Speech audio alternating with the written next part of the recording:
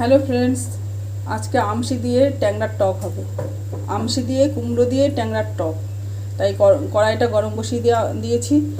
এবার আমি তেল ঢালবো।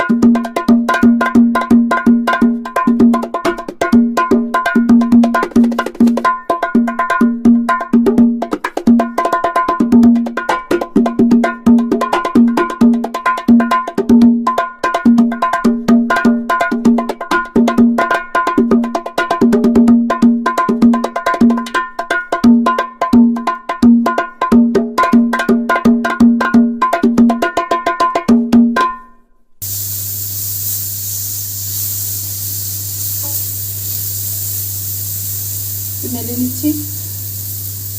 এরপরে জল দিয়ে দেবো।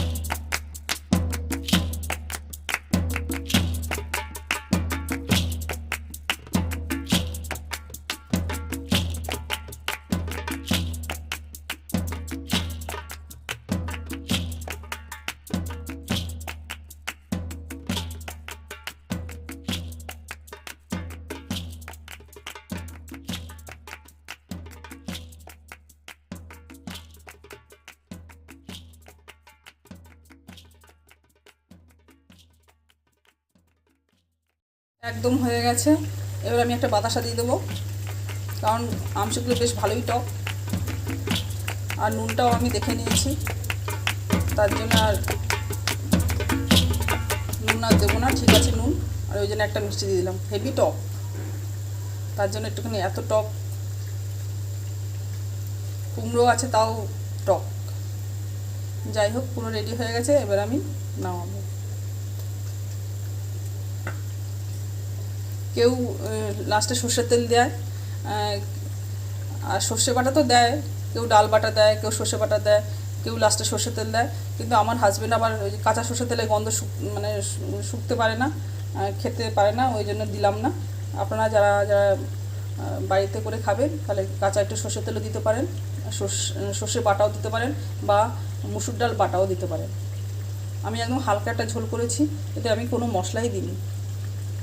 ঠিক আছে, আমি নামাচ্ছি একটু পরে। একদম রেডি হয়ে গেছে আমশি দিয়ে কুমড়ো দিয়ে ট্যাংরা মাছের টক। সঙ্গে দুটো কাঁচা লঙ্কা। ভাতে খাবেন, শুধু আমার নাম করবেন একবার। সত্যি ভালো লাগবে, সত্যি বলছি তো। কাঁচা লঙ্কা দিয়ে মেখে খাবেন, টকটা সত্যিই ভালো লাগে। যাই হোক, যদি ভালো লেগে থাকে তাহলে লাইক শেয়ার সাবস্ক্রাইব করবেন।